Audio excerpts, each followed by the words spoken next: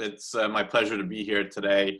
Just want to welcome everyone to this webinar. I want to thank the Senator, Chris Upperman and Involve Entrepreneurship for partnering with us, as well as our friend Jane Harman for helping to moderate and ground this discussion, and everyone for being here. Before we get started and turn to Congressman Harman and then the Senator, I just want to take a brief moment to mention what Concordia does and our mission of strengthening and supporting the partnership ecosystem.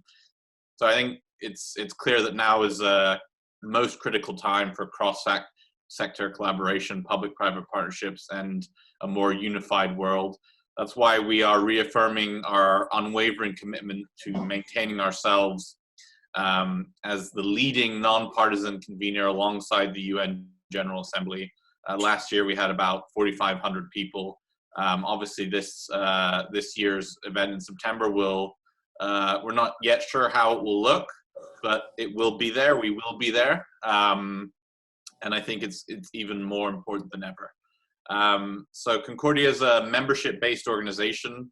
If you were invited to this program by Concordia, Involve, or the Senator due to the relevancy of your work on this topic, welcome. I encourage you to consider Concordia membership to become part of our community.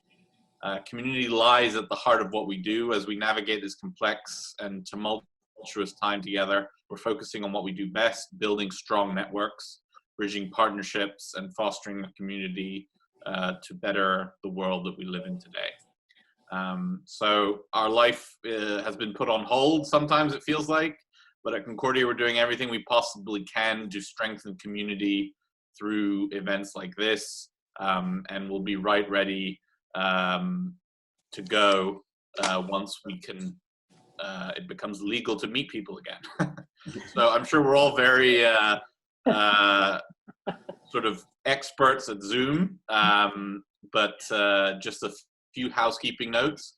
All attendees are automatically muted upon entry. To ask a question during the Q&A, use the raise your hand button, which is on the Zoom app there, and use the Q&A feature to ask questions or upvote those questions submitted by your fellow panelists. We'll be answering these at the end of the session. Concordia will be monitoring the chat feature, but we encourage you to use that Q&A platform to ask questions. This webinar is being recorded and will be accessible via the Concordia website for future viewing at www.concordia.net. The Q&A, however, will not be recorded and is a special benefit to our Concordia members joining live. I want to now, without further ado, turn it over to a great friend of ours, a great friend of mine, a great friend of Concordia's, Jane Harman, who needs no introduction. I will say Jane is the Wilson Center's first female president, CEO, and director, a position she's held since 2011.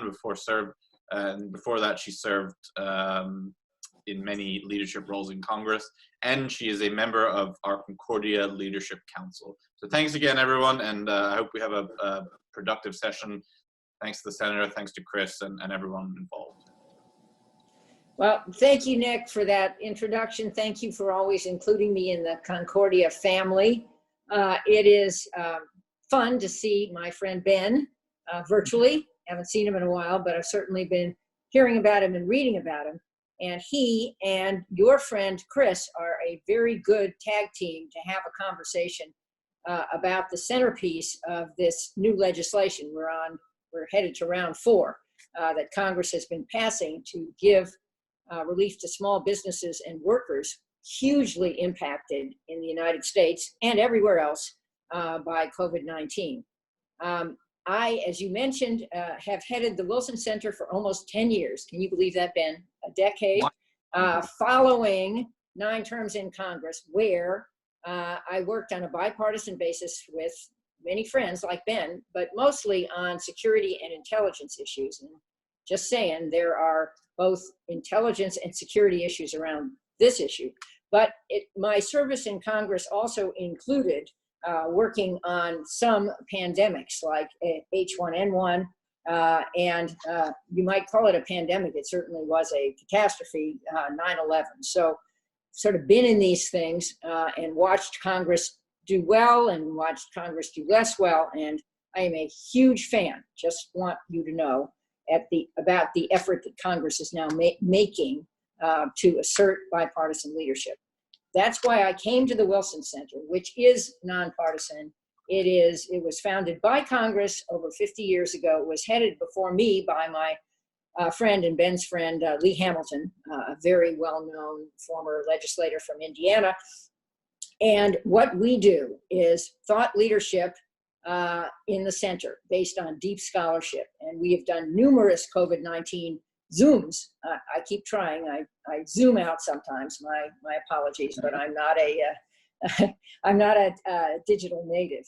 But at any rate, numerous ones, and I have to introduce our COVID-19 program on Brazil at 10:30. So let's get to this. We're going to watch, all of you are lucky, a conversation with a very special man and my former colleague, Senator Ben Cardin of Maryland, who played, I would say, the key role in fashioning the important piece, not that others are irrelevant, but the important piece of the 2 out of 3 mega bills that Congress has already passed. The first one was smaller. The second 2 are huge, and already we're close to $3 trillion in expenditures to try to jumpstart the economy and protect the victims of COVID-19.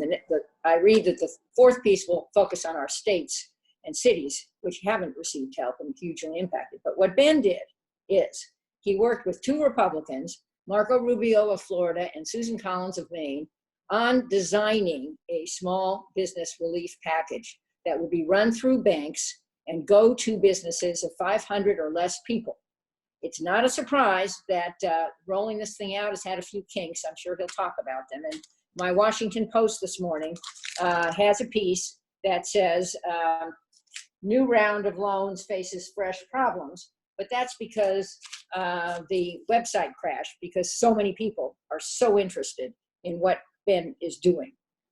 So that's kind of what he's doing. I think the bigger context is now what? And I would just offer 3 things before turning this over to Ben and Chris. Now what is? 1, when this ends, let's be optimistic, do we go back to where we were? I think the answer to that is no, not just because of social distancing, but I think our economy is changing. And you could say that's terrible. I'd say it's an opportunity. How do we fashion new roles for everyone in our society? How do we create a safety net for those who won't have one, et cetera, et cetera? So we're not going back. We have to go forward. That's one set of challenges. Second set of challenges is what happens to Congress? Gotta say, it's been very disappointing to see the toxic partisanship in Congress over recent years. It kind of drove me away, and the good news is Ben's still there, along with a first-class Maryland delegation. But what happens to Congress? And last, third big set of questions, what happens to American leadership around the world? It's suffering right now, and too many people think we're not interested. I'm raising my hand. I'm interested, and I know Ben is too. We were just having a sidebar conversation about the organization for the OSCE. He'll remind me what that stands for. I can't do it. It's a multilateral institution based in Vienna, Austria, which has played an outsized role in conflicts like Ukraine. At any rate, Ben will tell you what it stands for.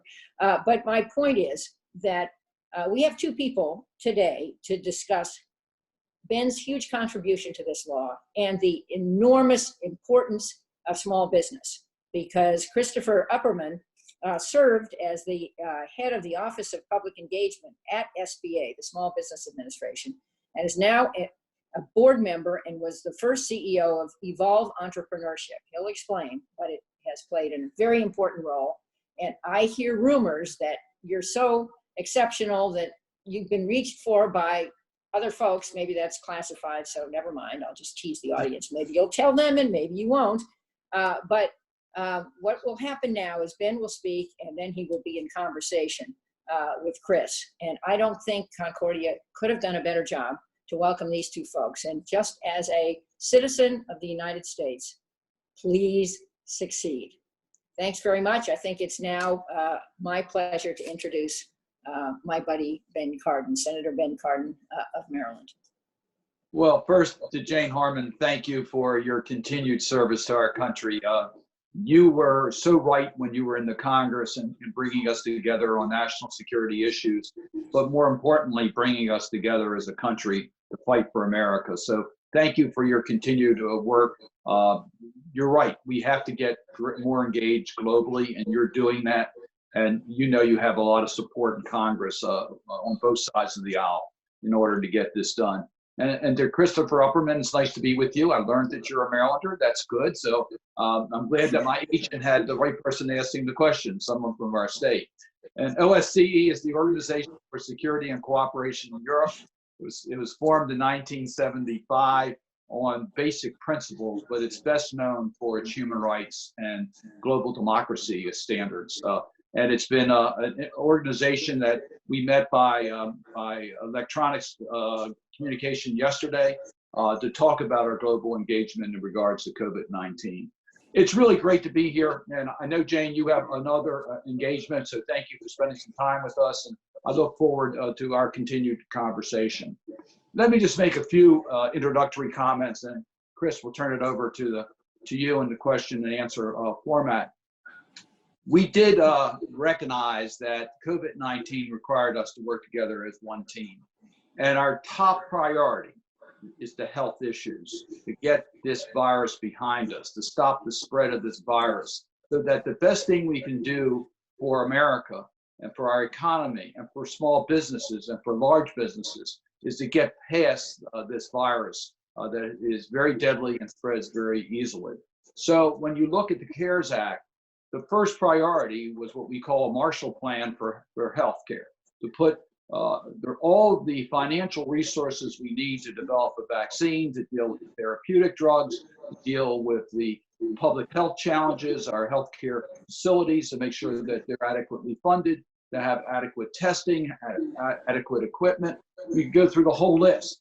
Are we there yet? Absolutely not. We still have a long way to go. But we are committed to making sure that we work to deal with the healthcare crisis, and that is by far our top priority. But we also wanted to deal with the economic realities that COVID-19 has brought to us. Jane, you'll be pleased to know that we did work in a very bipartisan manner. The group that worked first was small business. We came together actually before Leader McConnell even was close to bringing a bill to the floor of the United States Senate, because that committee has a reputation of working in a bipartisan manner. Small businesses do bring us together, Democrats and Republicans. So we had a package together. But the economic program here really had three parts to it. The first part was to help the individual. And we did that through, as you know, the stimulus checks coming back through the IRS. We did it through expanding greatly unemployment insurance to provide a safety net, plus $600 a week benefits, including those that are self-employed. So we expanded the individual protections greatly under the CARES Act. For the larger companies, we provided loans through the governments at reduced rates, and to make sure liquidity was there so the larger companies could get through this crisis. But we recognized that for small businesses, loans would not do it alone, that small businesses cannot incur additional debt and expect when they get through the COVID-19 and they can reopen that they have the wherewithal to pay off of that debt. So we developed three programs to try to help small businesses. The first, the one that's gotten the most attention, is the PPP program, the Paycheck Protection Program. That is a program that was worked through the private financial institutions under 7A loans. 7A loans are loans that are the largest loan program under the SBA before COVID-19. But the 7A loans are given through commercial institutions. But what was different in this program is that we provided 8 weeks of payroll plus some additional expenses. And if it's paid during that 8-week period for the approved expenses, the loan can be totally forgiven. So it's actually a grant of 8 weeks of payroll plus some additional expenses that will keep small businesses able to keep their workforce in place. The reason we did that is that small businesses, if they lay off workers, it's much more difficult for them to get those workers when we get past this stage. So small businesses have a hard time under good conditions finding workers, but under these circumstances, it would be very difficult to reconstitute. So this program was aimed at keeping people on payroll. It also, for the first time, allowed 7A loans to be given to nonprofits. So we expanded to the nonprofit community. For the first time, we expanded it to the self-employed, the gig economy. So we made it a comprehensive program, and it was very popular, and it was oversubscribed pretty early. The first round, which was $349 billion, we had 1.6 million businesses that took advantage of the PPP program. Very popular. The second program, I want to mention that because it doesn't get quite the same amount of attention, which is the Economic Injury Disaster Loan Program, the EIDL program, which has been there for a while. It responds to disasters.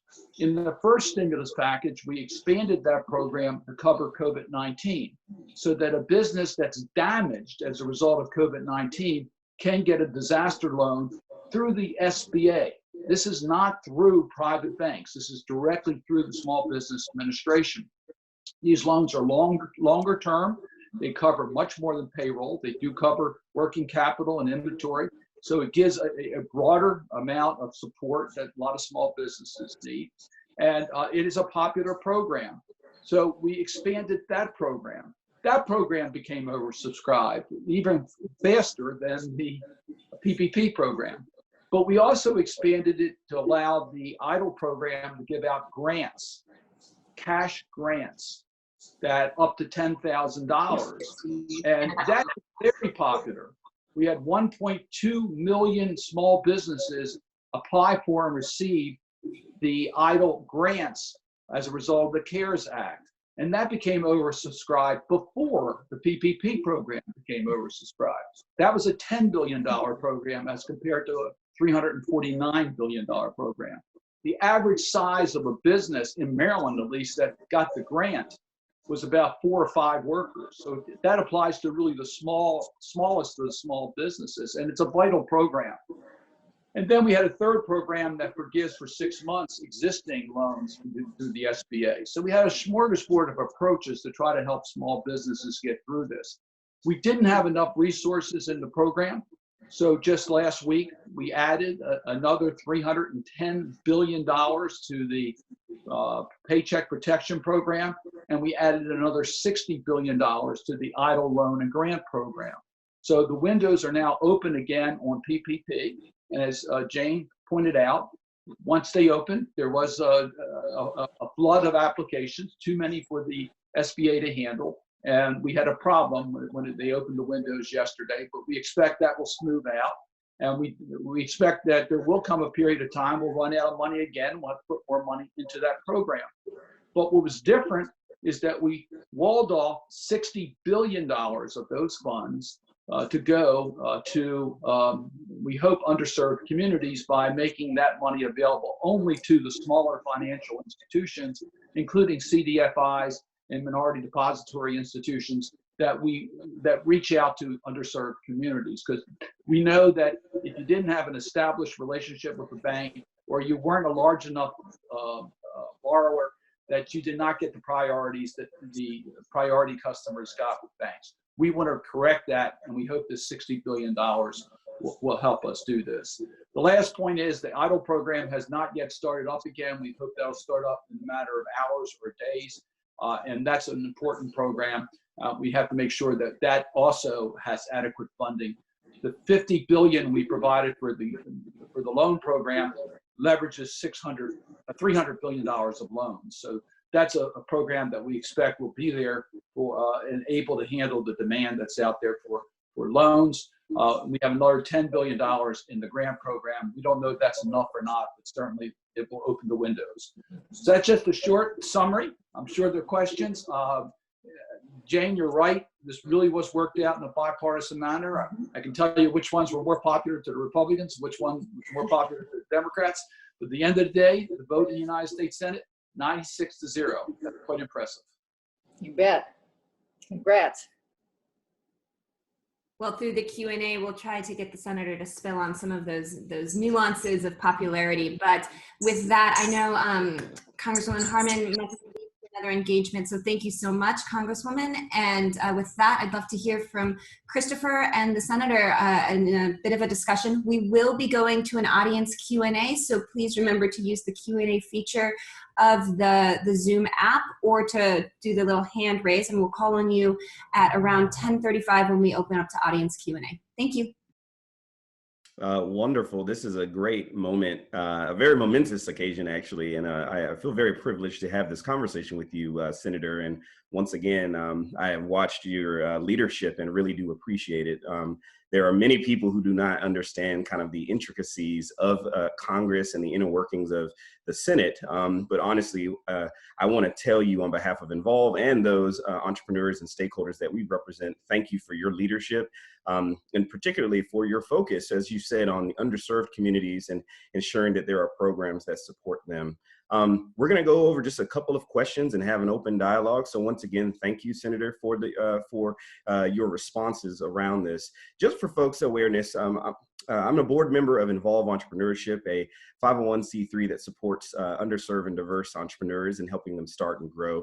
We do this through meaningful education, providing resources and tangible things that can be leveraged to help a business grow. And then we have a financial startup award program that we provide startup capital for entrepreneurs to thrive. I know we have a number of them on with us now, our grantees. And one actually who you met earlier in February during our Congressional Day of Engagement, a gentleman named Joseph Hyman of Mojo Brewing Company. Oh, yeah. But so I just wanted to, say that again. But we'll go ahead and dive right in, sir, and I really appreciate this.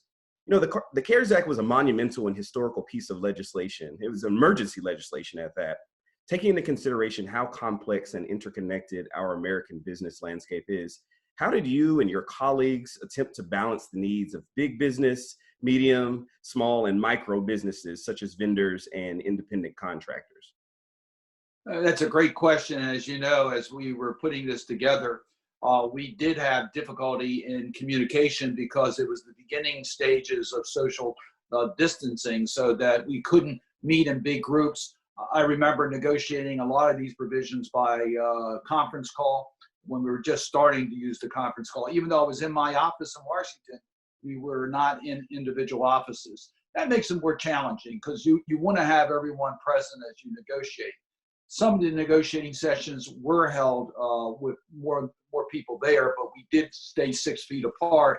And we had in one room the Democrats, the Republicans, representatives of the administration and of various agencies.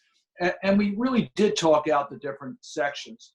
But the balance here was really one of recognizing that we wanted to get resources into the hands of individuals so that they could pay their rents and they could have food on the table and they could deal with the realities that we're going to have a large number of unemployed.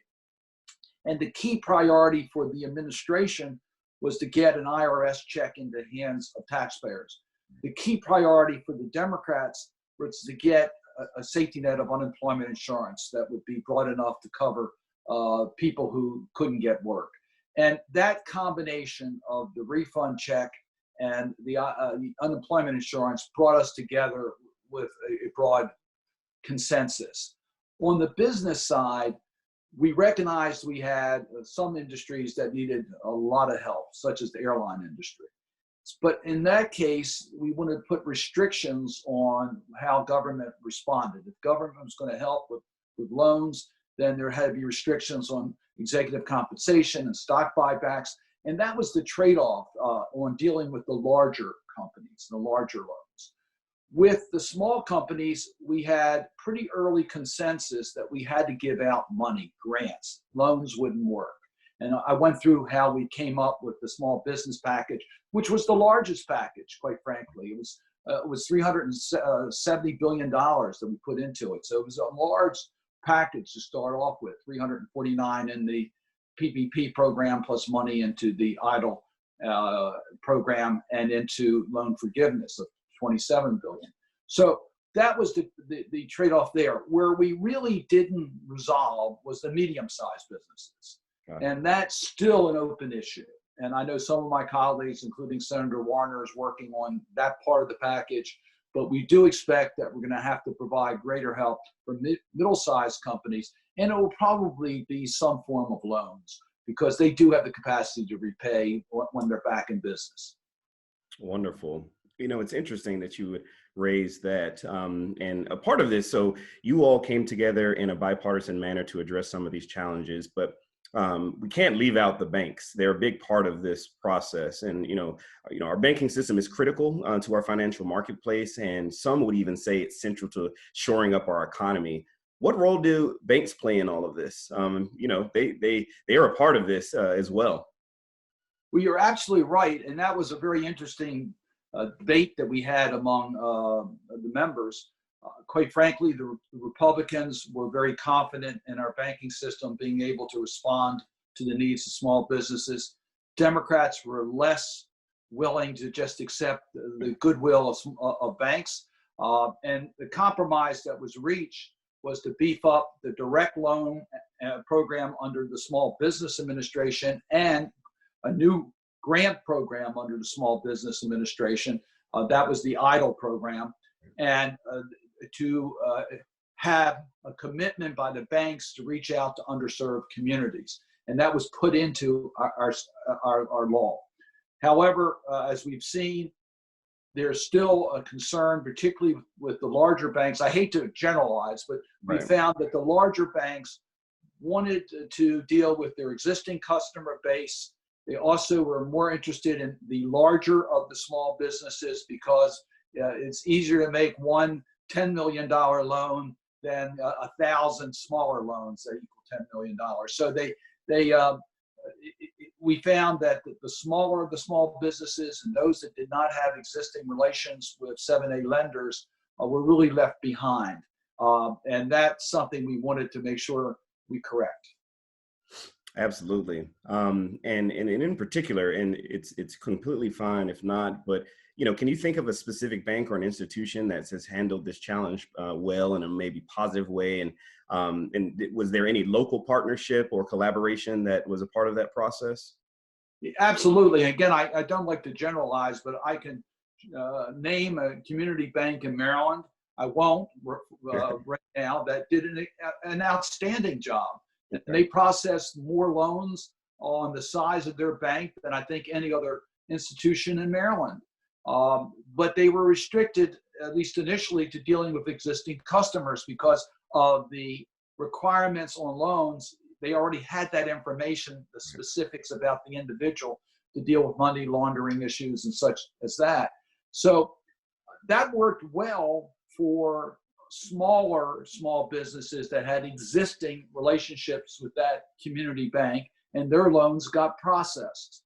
Even though with some of the larger banks, that was not the case. Right. Where we had real challenges was that mom and pop business or that business located in a rural community that didn't have a bank that they dealt with that writes 7(a) loans, or the underserved communities that don't use banks for their financing, use their credit cards or things like that to finance their business, didn't have that relationship that they could access the first round of funds.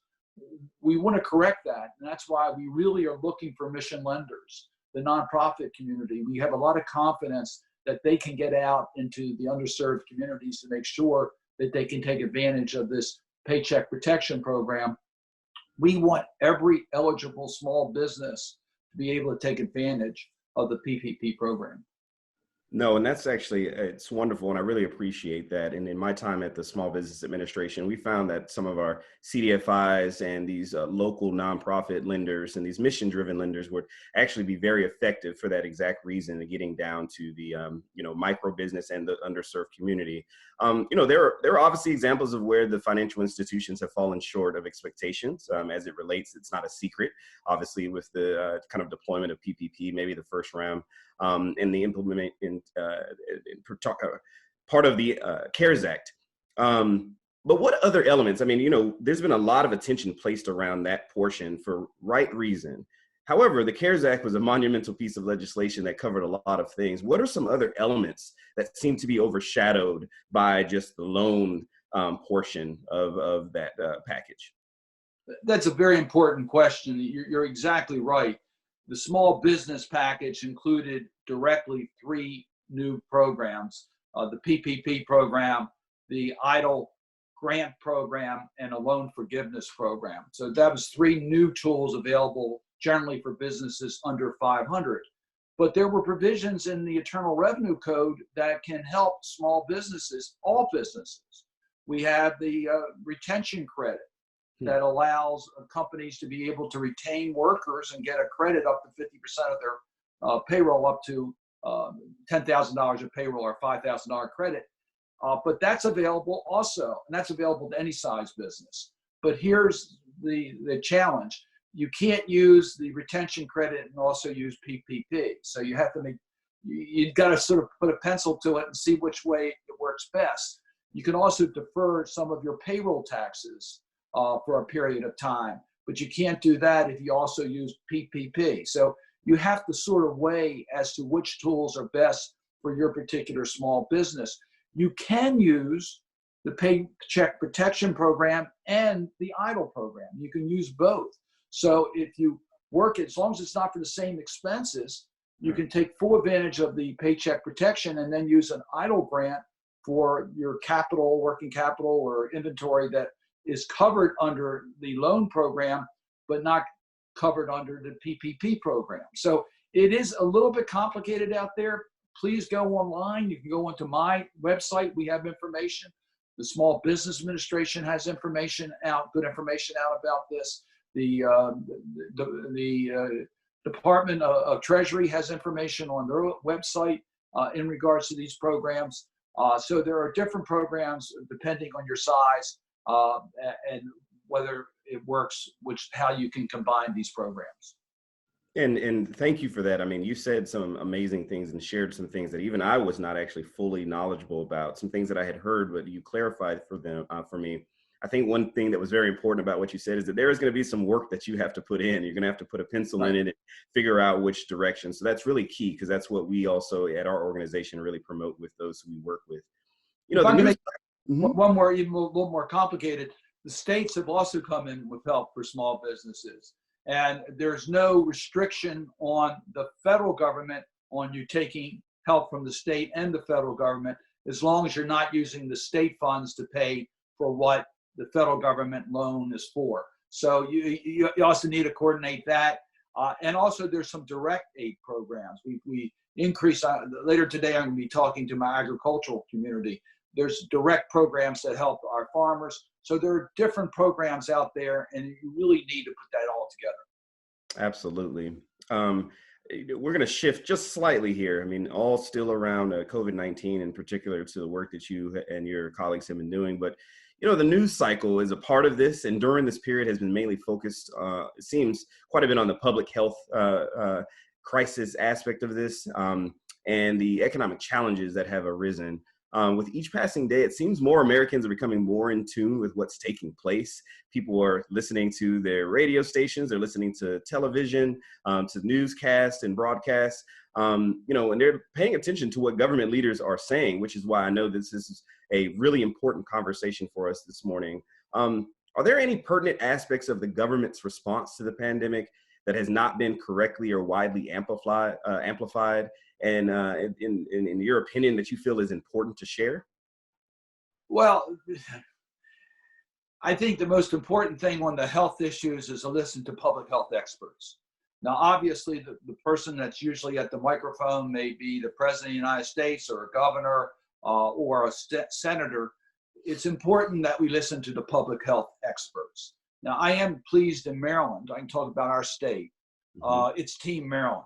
And we work very closely, our federal delegation, with the governor, with our county execs, with our mayor, and with our public health experts and the private sector to try to get a consistent message out there about the importance of distancing, about the importance of staying home, how deadly this virus is, how easily it can be spread, and that we have to stop the spread. And we don't have the capacity today to do the necessary testing in order to safely reopen all of our community. I think that message needs to be consistent. We can't have any inconsistencies out there. We don't want people taking unnecessary risks at this stage. It's interesting, there was just a poll released today in Maryland, and it shows overwhelming support of the public to do what's necessary for the public health needs. I think Americans agree with us on that. They want to make sure we do things in a safe way. So there has to be a consistent message from our leaders supporting our public health officials as to what we need to do to keep our community safe. No, that's really critical that our public health officials have that platform and that we kind of adhere to what the experts are saying. It's a very, very critical. And, you know, look, this is a gathering that was promoted and provided by Concordia, a wonderful organization that we've worked with in the past. You know, where do you see the business and public sectors and civil society working more closely together? And what aspect of the response will require more from non-governmental entities? And thank you. I meant to thank Concordia from the beginning for bringing us all together. Thanks for, that's what we need. We need more of this. We need more of these conversations. We need more engagement. So thank you, Concordia, for making this arrangement. And I really appreciate all those that are viewing. We need to maintain strong public support. If we lose public support, then we run the risk of this pandemic being a lot deeper and longer than it should be. So we all need to be on the same page. And that means you can't work this just on the government side, on the private sector side. It's got to be one effort. And that means we need to have more discussions like we're having today. Wonderful. And, you know, it's not a surprise. We have been in a kind of polarizing and highly politicized environment in the last number of years. And, you know, I'm sure that hasn't escaped the process of putting together the CARES Act and all of the other packages that have come subsequently. You know, what part of the process was surprisingly partisan, and how did you and your committee members actually overcome that? You know, it's a great question. Before COVID-19 and for the last decade, we've seen a continuous slide towards partisanship politics, I think to the detriment of us dealing with our national issues.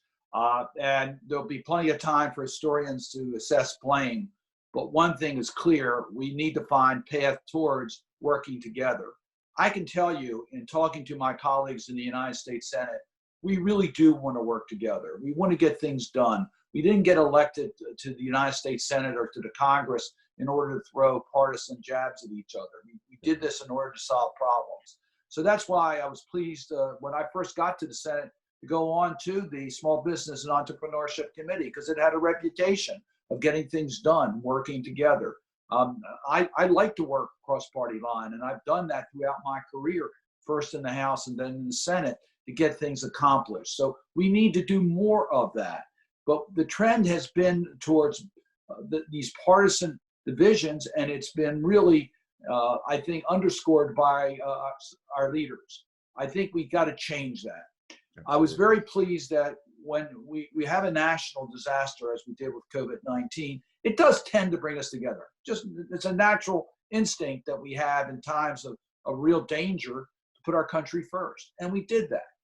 And yes, as I mentioned earlier, there were things that divided us in our discussions on how to get our economy back on track and how to deal with the economic challenges.